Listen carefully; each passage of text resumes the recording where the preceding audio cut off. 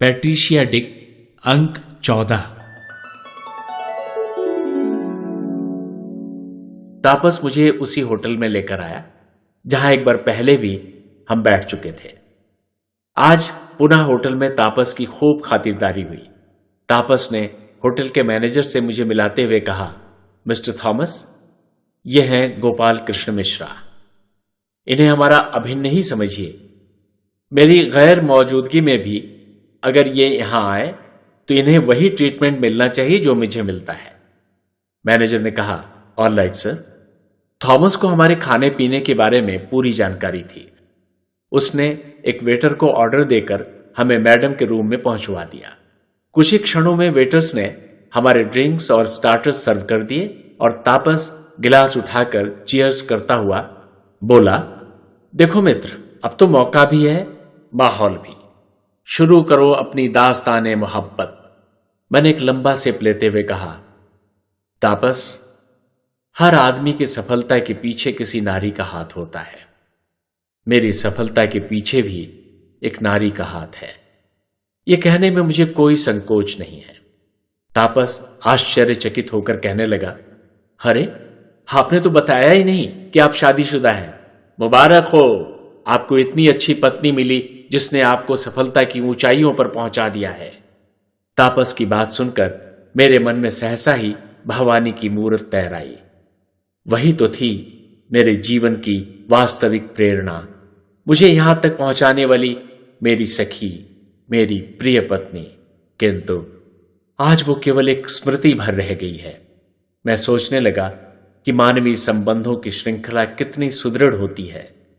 यदि संबंध सच्चा है तो वियोग में वह दृढ़ से दृढ़तर होता जाता है।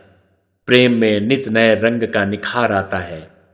प्रिय पात्र आंखों से जितना ही दूर होता है, मन के दर्पण में उतना ही गहरा उतरता जाता है।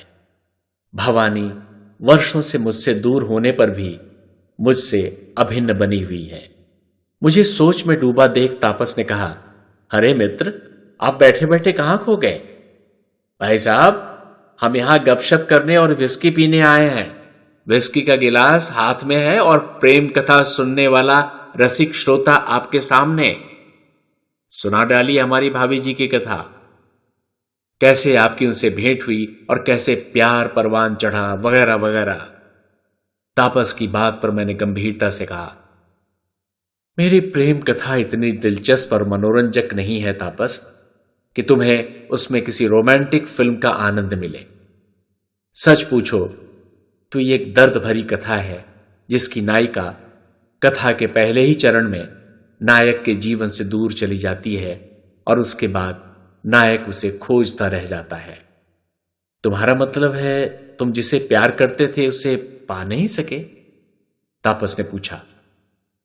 पाया तो जरूर था, किंतु पाकर खो दिया, मैंने बताया। मतलब? मैंने और भवानी ने सच्चा प्यार किया था, ईश्वर को साक्षी मानकर ब्याह भी किया था, किंतु उसके बाद दुर्भाग्य ने हम दोनों को सदा के लिए एक दूसरे से दूर कर दिया। मैं नहीं जानता कि मेरी भवानी आज कहां है। इतना विश्वास जरूर है कि इस विशाल आसमान के नीचे वह कहीं न कहीं अवश्य मौजूद है और पिछले 15 सालों से मैं लगातार उसी को खोज रहा हूं। कहते कहते मेरा गला रूंधाया और आंखों में बरबसी आंसू भर आए। मेरे आंसुओं को देखकर तापस ने कहा, मित्र, तुम्हारी कथा तो बड़ी दर्दनाक मालूम पड़ती है। मैंने अपने छलकते हुए आंसू पीकर कहा, भवानी हमारी पाठशाला के गुरुजी की बेटी थी। हम दोनों एक साथ पढ़ते थे। किशोरावस्था आते आते हम में एक अटूट प्रेम का संबंध स्थापित हो गया, और वो भी ऐसा जैसे दो जिस्म एक जान। लेकिन अचानक एक दिन भवानी के घर कलकत्ते से एक तार आया जिसमें उसके दादाजी की मृत्यु की खबर थी। उसी दिन भवानी को लेकर उसके पिताजी कलकत्ता चले गए और फिर वापस नहीं आए। उनके गांव छोड़कर चले जाने के बाद मुझे ऐसा महसूस होता मानो मेरा शरीर तो गांव में था, मगर मेरी आत्मा उसी के साथ प्रस्थान कर गई। किसी भी चीज में मेरा मन नहीं लगता था, न खाने में, न पीने में, न खेल कूद में, न पढ़ाई में। गांव की गलियां और चौबारे मुझे काटने को दौड़ते थे। गुलमोहर और पलाश के लाल लाल फूल अंगारे बनकर मेरे मन को दहकाते रहते थे। आम के बौर और महुए की मादक गंध अब मुझे जहर सी लगने लगी थी। मुझे अपने कपड़े फाड़ने और बाल नोचने का मन हुआ करता था। गांव के जिन पोखर तालाबों में मैं उसके साथ अटखेलियां किया करता, अब उनके किनारे बैठकर उनमें झांकने पर मुझे अपना नहीं, उसका चेहरा दिखाई देता था। जाते समय भवानी सिर्फ इतना बता पाई थी कि उसके दादाजी की मृत्यु हो गई है और वह उनके अंतिम संस्कार के लिए कलकत्ता जा रही है। कलकत्ता में उसके दादाजी कहां और किस मोहल्ले में रहते हैं, इस बारे में उसने मुझे कुछ भी नहीं बताया था। शायद उसे खुद भी पता नहीं था। होता तो उसकी चर्चा वो मुझसे पहले ही कर चुकी होती। मैं मैट्रिक की परीक्षा का परिणाम घोषित होने तक किसी तरह गांव में रुका रहा। परिणाम घोषित हुआ। वह फर्स्ट क्लास फर्स्ट पास हुई थी। फर्स्ट तो मैं भी आया, पर मेरा रैंक दूसरा था। परीक्षा फल घोषित होते ही मैं आजाद हो गया। सिर्फ परीक्षा के परिणाम के लिए ही मैं भवानी के वियोग के अंगारे में झुलसता गांव में बैठा रहा। अब अपनी प्रियतमा के बिना गांव में रहना मेरी बर्दाश्त के बाहर हो गया और मैं गांव छोड़कर उसकी तलाश में कलकत्ता निकल पड़ा। मैं गांव से चला था तो मेरे मन में यह कल्पना थी कि कलकत्ता हमारे जिले के शहर से थोड़ा बड़ा शहर होगा, पर कलकत्ता की विशालता देखकर तो मैं हक्का बक्का रह गया। हर तरफ ट्रामों कारों का रेल पेल, रिक्शा टैक्सी की चीख पुकार, हर आदमी मशीन की तरह भागा चला जा रहा था। किसी को दम मारने की भी फुर्सत नहीं थी। एक तो मैं वहां एकदम अजनबी था, दूसरे मुझे भवानी का कोई पता भी नहीं मालूम था। डरते डरते मैंने एक आदमी से पूछा, भाई साहब, आप भवानी का पता जानते हैं क्या? वह बोला, पता तो तुम बताओ, शायद मैं तुम्हारी कोई मदद कर सकूं। मैंने कहा, पता तो मुझे मालूम नहीं। वो बोला, फिर इतने बड़े शहर में बिना पते के किसी को कैसे ढूंढा जा सकता है? बात सही थी, मगर पता न होने के बावजूद मैंने हिम्मत नहीं हारी और कलकत्ते की गलियों गलियों, सड़कों सड़कों भवानी का हुलिया बताकर उसकी तलाश करता घूमता रहा। एक दिन तो एक आदमी मेरी खिल्ली उड़ाता हुआ पूछ बैठा, भवानीपुर की बात कर रहे हो या शिव की भवानी की? भवानीपुर जाना है तो ट्राम नंबर 16 पकड़ लो। अगर शिव की भवानी से मिलना है तो किसी शिवालय में चले जाओ। काफी दिनों तक कलकत्ते में घूमते रहने के कारण मेरे जेब के पैसे खत्म हो गए और भूखे प्यासे दर दर भटकने के कारण मेरा हाल बुरा हो गया था। कपड़े मैले कुचैले हो गए थे, जिन्हें देखकर लोग मुझे भिखारी समझने लगे थे। वे दया करके मुझे जो भी खाने के लिए दे देते थे उसे चुपचाप खा लेता और जहां रात हो जाती वहीं सो जाता था। भवानी के लिए मुझे अपने मान अपमान की भी कोई चिंता नहीं रह गई थी। एक दिन तो हद हो गई। मैंने एक लड़की को देखा जो पीछे से हूबहू भवानी नजर आती थी। मैं भवानी भवानी चीखता उसके पीछे दौड़ा और जाकर उसके कंधे पर हाथ रख दिया। वह चौंक कर मुड़ी और उसने मुझे हिकारत से घूरते हुए कहा, लफंगे, बदमाश, पागल है क्या? और इसके साथ ही एक जोरदार थप्पड़ गाल पर रसीद कर दिया। वह भवानी न होकर कोई और लड़की थी। इस घटना के बाद तो भवानी को ढूंढने की मेरी रही सही हिम्मत भी टूट गई।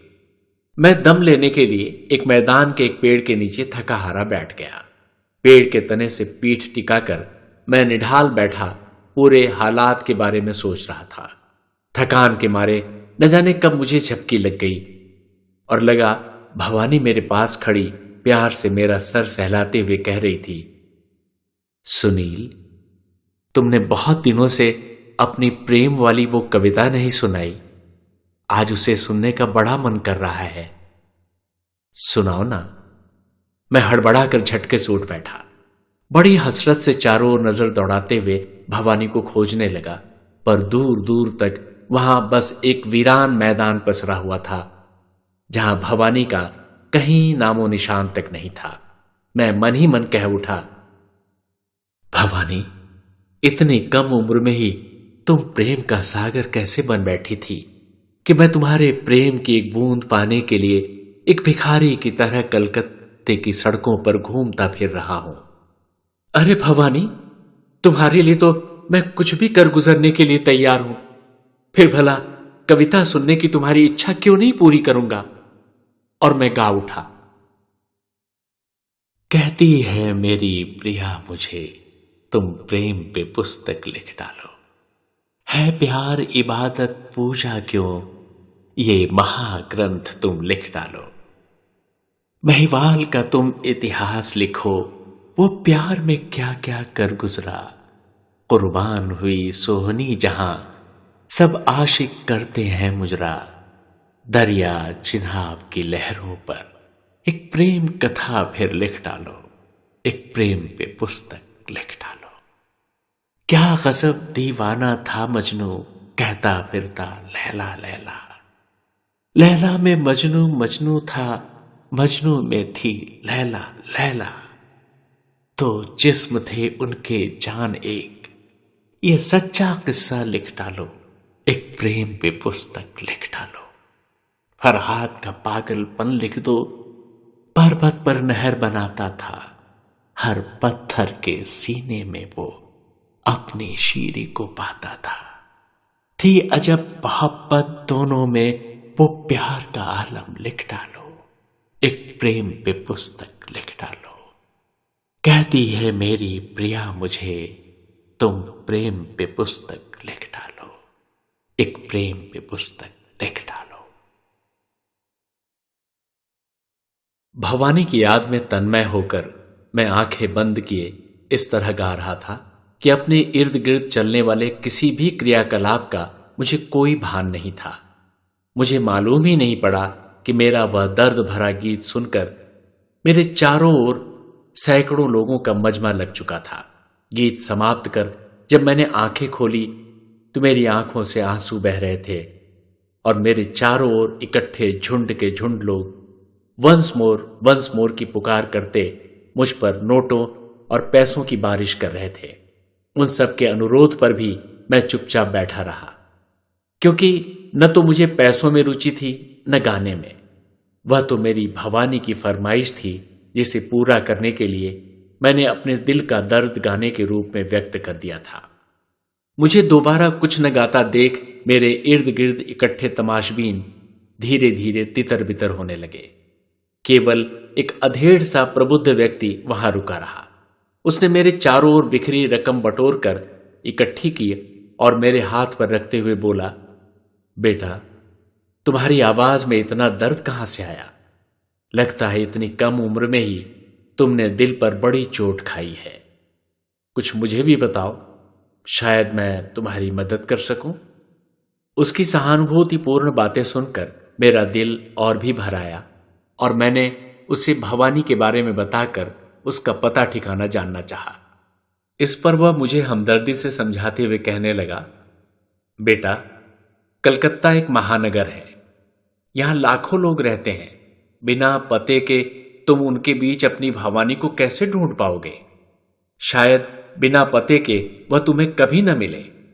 इसलिए जिस तरह सयाने लोग एक दर्द को छुपाने के लिए कोई दूसरा दर्द पाल लेते हैं, उसी तरह तुम भी भवानी के वियोग के दर्द को भुलाने के लिए कोई दूसरा दर्द पाल लो और उसमें जी जान से डूबकर अपनी भवानी को भुलाने की कोशिश करो। माना कि जैसा तुमने गीत में गाया कि प्यार एक इबादत है, एक पूजा है, लेकिन सिर्फ प्यार ही तो पूरी जिंदगी नहीं है ना। प्यार तो जिंदगी का एक हिस्सा है। उस पर पूरी की पूरी जिंदगी को कुर्बान नहीं किया जा सकता। तुम्हारे कच्चे घड़े जैसे मन पर प्यार का जो चिन्ह अंकित हो गया है, उसे तुम शायद जिंदगी भर न मिटा सकोगे। फिर भी मैं तुम्हें यही सलाह दूंगा कि अपनी जो शक्ति तुम बिना पता ठिकाना जाने भवानी को खोजने में नष्ट कर रहे हो, उसे किसी रचनात्मक कार्य में लगाओ तो तुम भवानी की याद को भुला पाओगे और तुम्हारी जिंदगी भी संवर जाएगी। अगर तुम्हारे भाग्य में होगा तो भवानी से तुम्हारी भेंट भी हो जाएगी। उस सज्जन की बातें सुनकर मैंने कहा, लेकिन चाचा, जब तक मैं भवानी के शहर कलकत्ता में रहूंगा, मुझे उसके अलावा और कुछ नहीं सूझेगा। यहां उसकी याद मुझे कभी चैन की सांस नहीं लेने देगी। इस पर वह फिर समझाते हुए बोले, बेटा, बेहतर तो यही होगा कि तुम जल्दी से जल्दी कलकत्ता छोड़ दो। मेरी समझ से तुम बंबई चले जाओ, वहां रोज लाखों लोगों का भाग्य उदय होता है। बेटा, अगर तुम्हारा प्यार सच्चा है तो एक न एक दिन तुम्हारी भवानी तुम्हारे पास आकर खुद तुमसे मिलेगी। उस भले आदमी की नसीहत ने मेरा बहुत हौसला बढ़ाया। मन ही मन मैं समझ चुका था कि बिना पता ठिकाना जाने इस महानगर में भवानी को ढूंढ निकालना असंभव है। अतः मैंने भी कलकत्ता छोड़ देने में अपनी बेहतरी समझी और गाने से एकत्र हुए रुपए की पूंजी समेटकर स्टेशन पहुंच गया। वहां से बंबई का टिकट कटाकर ट्रेन में जा बैठा। बंबई पहुंचने पर पाया कि मेरी जेब में थोड़े रुपए तो जरूर शेष थे, किंतु सर छुपाने का कोई ठिकाना न था। दिन में तो मैं काम की तलाश में भटकता रहता और रात होने पर रेलवे स्टेशन पर ही लौटकर पुलिस वालों की आंख बचाते हुए किसी बेंच पर सो जाता। एक दिन जब मैं सोने की कोशिश में ही था कि शोर और भगदड़ की आवाज से चौंक उठा। पता लगा कि पुलिस वाले उस दिन स्टेशन पर सोए लोगों को खदेड़ने की जगह उन्हें गिरफ्तार कर रहे थे। उनसे बचने के लिए मैं वहां से भागा और थोड़ी दूर पर बैठे यूपी और बिहार के कुलियों के दल में जा बैठा। ये सभी लोग बैठे भजन गा रहे थे। मैंने भी उनके सुर में सुर मिलाकर गाना शुरू कर दिया। वे लोग शायद काफी देर से गा बजा रहे थे, इसलिए थके थके लग रहे थे। भजन खत्म होने के बाद कोई भी आदमी नया भजन शुरू करने के लिए तैयार न दिखा तो मैंने उनके मुखिया एक अधेड़ से कुली से पूछ लिया, भैया, एक भजन हम भी गाएं का? मेरी बोली से उसे अंदाजा हो गया कि मैं उन्हीं के प्रदेश का हूं, सो उसने बड़े प्रेम से कहा, हां हां, जरूर जरूर, जो मर्जी हो गाओ। जब मैंने एक लंबा आलाप लेकर भजन गाना शुरू किया तो वहां बैठे सारे लोग झूम उठे। अपने गांव में भी मैं जब कभी किसी उत्सव में गाता तो लोग हमेशा मेरी तारीफ करते हुए कहा करते थे, तुम्हारा गला बड़ा सुरीला है। पर मैं उन लोगों की बातों पर ध्यान नहीं देता था। मैं यही समझता था कि वे सब मेरी झूठी प्रशंसा कर रहे हैं। लेकिन उस रात मुझे खुद ही बड़ा आश्चर्य हुआ कि मैं इतना अच्छा गा सकता हूं। मैंने वहां अपना मनपसंद भजन सुनाया, गोविंद बोल मन गोपाल बोल, भक्ति सुधा रस कानों में घोल। द्वारे खड़े हैं कन्हैया तेरे, मूर्ख मन जाग जरा अखियां तो खोल। झीनी है चादर फटेगी जरूर, सपनों की बातों का मत कर गुरूर। हवा में टंगा है तुम्हारा वजूद, धरती पे आएगा एक दिन जरूर। टूटेगी सांसें बिकेगा बिन मोल, गोविंद बोल मन गोपाल बोल। खंभे बिना देखो नभ है खड़ा, पग के बिना है पवन चल रहा। जगा ले अलख को अभी वक्त है, जिसके सहारे ये सब चल रहा। माया छलावा है छल में न डोल, गोविंद बोल मन गोपाल बोल। मदमाती रावण की लंका जली, कुटिल कंस यम का निवाला बना। चेत मेरे मनुआ समय है अभी, सद्रुण का मंदिर तू मन को बना। शिकवा शिकायत प्रभु जी से बोल, गोविंद बोल मन गोपाल बोल। गोविंद बोल मन गोपाल बोल। जब भजन खत्म हुआ तो वहां मौजूद सभी लोगों ने मुक्त कंठ से मेरी तारीफ की। वह बुजुर्ग कुली तो आनंद में मग्न होकर कह उठा, वाह गोपाल कृष्ण, तुमने तो समा बांध दिया। कहां के रहने वाले हो? मैंने उसे अपने गांव का नाम बताया तो उसने कहा, अरे तुम तो अपने ही जवार के निकले। फिर उसने अपने गांव का नाम बताया, जो मेरे गांव से लगभग 2-3 कोस ही रहा होगा। एक ही इलाके के रहने वाले निकल आने के कारण हम लोगों में एक सहज आत्मीयता स्थापित हो गई। मैंने उससे कहा, मैं 10वीं पास हूं भैया, मुझे कोई काम दिला सकते हो क्या? वह बोला, देखो भाई गोपाल कृष्ण, पढ़े लिखे लोगों वाला काम तो हमारे पास है नहीं। हां, अगर तुम बुरा ना मानो तो हमारे साथ मेहनत मजदूरी में जुट जाओ। जितनी मेहनत करोगे उतनी मजदूरी मिलेगी। तुम्हारा गुजारा बड़ी आसानी से हो जाएगा और तुम पढ़े लिखे लोगों वाला काम भी ढूंढ सकोगे। रही सर छुपाने की बात, तो तुम हमारे साथ ही रह जाओ। घर में हम दो प्राणी हैं, मैं और मेरी चोरू। तुम भी एक कोने में पड़े रहना। अंधा क्या चाहे दो आंखें। मैंने फौरन गिरधारी की बात मान ली। हां, बातों ही बातों में उन्होंने मुझे अपना नाम तो बता दिया था, पर मेरा नाम एक बार भी नहीं पूछा था। मेरे भजन गाने के बाद वह मुझे गोपाल कृष्ण कहकर संबोधित कर रहे थे। उस दिन उनका दिया हुआ वह नाम मेरे साथ ऐसा चिपका कि मैं आज तक गोपाल कृष्ण नाम से ही जाना जाता हूं।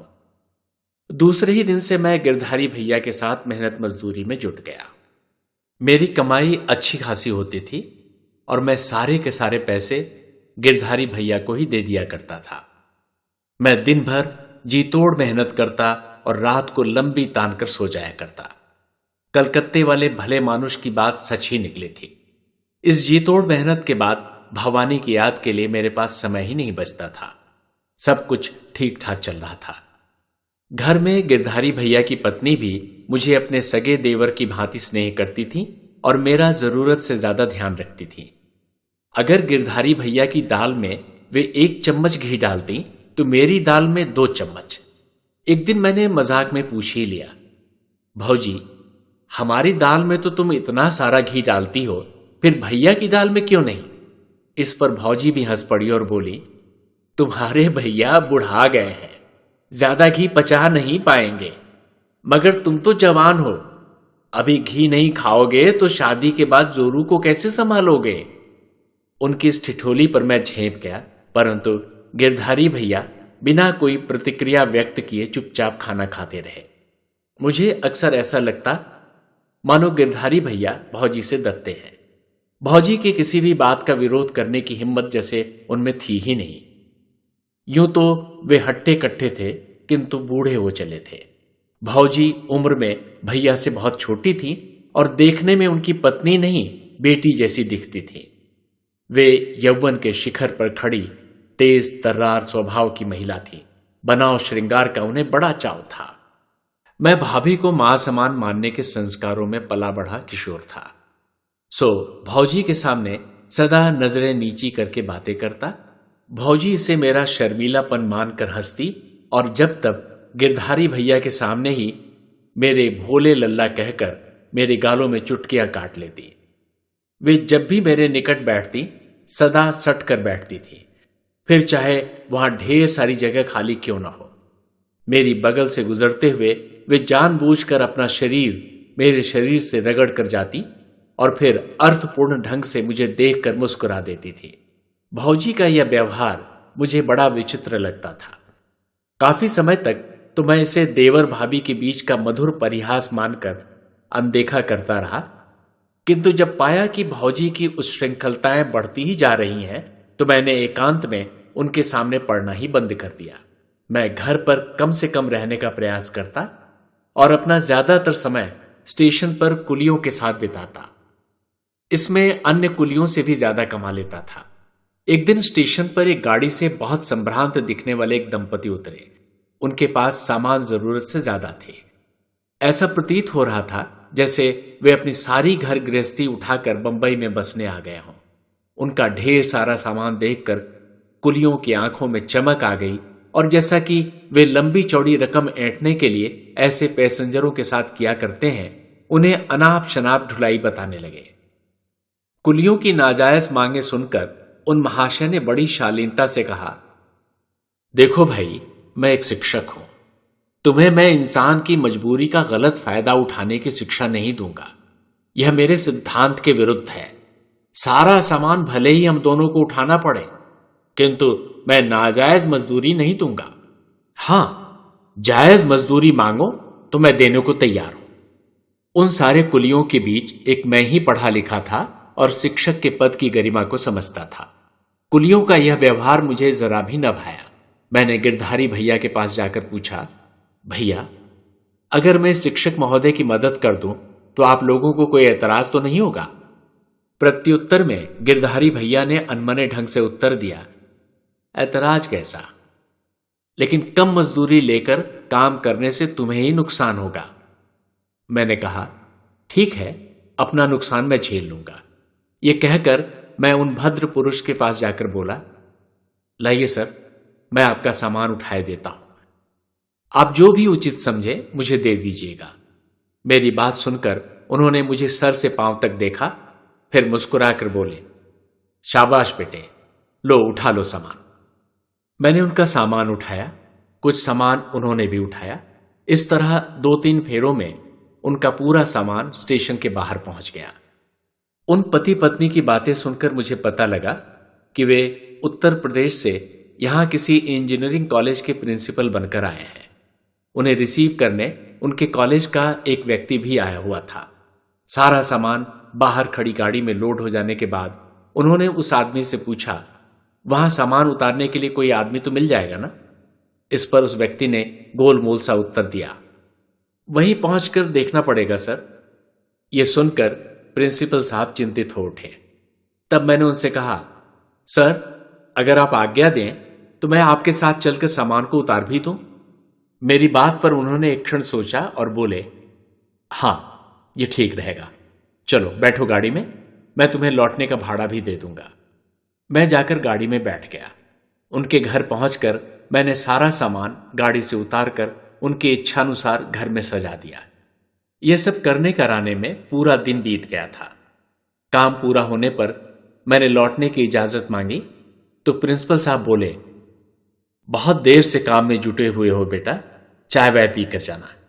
यह कहते हुए उन्होंने अपनी पत्नी को आवाज दी, सुमित्रा, 2-3 कप चाय मंगवा लो। मैं वहीं फर्श पर बैठने लगा तो वे बोले, अरे नहीं, जमीन पर नहीं, आराम से कुर्सी पर बैठो और बताओ क्या नाम है तुम्हारा। मेरे मुंह पर अब तक गोपाल कृष्ण नाम चढ़ चुका था, सो वही बता दिया। सुनकर वे एकटक मुझे देखते हुए बोले, तुम किसी अच्छे खानदान के मालूम पड़ते हो गोपाल, कुछ पढ़े लिखे भी हो। इस पर मैंने बताया, सर मैं फर्स्ट क्लास मैट्रिक पास हूं। इस पर वे आश्चर्यचकित होकर कहने लगे, तो फिर तुम आगे पढ़ाई करने की जगह कुलीगिरी क्यों कर रहे हो? मैं कोई जवाब देता, उसके पूर्व ही मेम साहब चाय ले आई, साथ में ढेर सारा नाश्ता भी। प्लेटें मेरी ओर बढ़ाते हुए बोली, लो बेटे, चाय नाश्ता कर लो। चाय पी चुकने के बाद मैंने प्रिंसिपल साहब और उनकी पत्नी से विदा ली। प्रिंसिपल साहब ने अपने पर्स से 100 रुपए का नोट निकालकर मेरी ओर बढ़ाते हुए कहा, लो बेटा, ये रख लो, कम हो तो बताओ और दे दूं। मैंने रुपए लेने से इनकार करते हुए कहा, सर आप गुरुवर हैं, गुरु की सेवा करना हमारे यहां धर्म माना जाता है, मैं आपसे पैसे नहीं ले सकता। वे मुझे समझाते हुए बोले, गोपाल बेटे, घोड़ा अगर घास से यारी करेगा तो खाएगा क्या? अपनी मजदूरी नहीं लोगे तो काम कैसे चलाओगे? मैंने कहा, सर जरूरत पड़ी तो एक दिन जरूर आपके पास आऊंगा, किंतु इस समय तो आपका आशीर्वाद ही मेरे लिए काफी है। यह कहकर मैं वहां से चल पड़ा। अब आगे अगले अंक में।